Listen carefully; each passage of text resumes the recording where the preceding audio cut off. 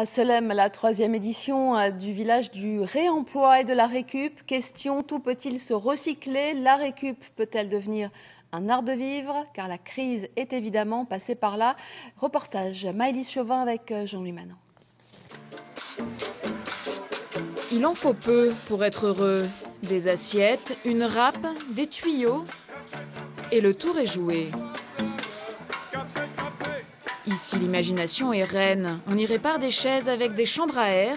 Alexandre n'est pas encore convaincu de sa trouvaille, mais l'idée lui plaît déjà. Pas de pollution, pas de déchets. Et on détourne de la destruction, ce qui peut être encore sauvé et refait. Que ce soit les chambres à air ou la chaise, dans tous les cas, ça va partir. Donc autant essayer d'en faire quelque chose. Récupérer plutôt que de jeter.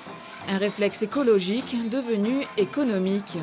Certes, il n'est pas nouveau, mais il progresse fortement avec la crise. Les récupérateurs ont toujours existé à travers les siècles, les chiffonniers existaient, mais je pense que maintenant on lui a trouvé une place dans la société. C'est-à-dire que on sait qu'un objet, un déchet, eh bien, on le retrouve dans la poubelle, on le retrouve ailleurs, on le retrouve dans sa cave. La population eh bien, se rend compte de plus en plus qu'on peut en faire autre chose.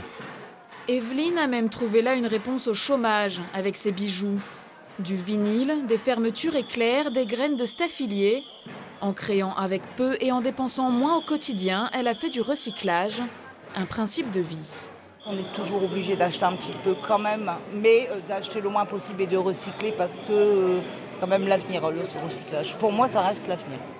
Ce village compte d'ailleurs s'exporter l'année prochaine dans le Douaisis pour sensibiliser davantage la population à la récupération d'objets.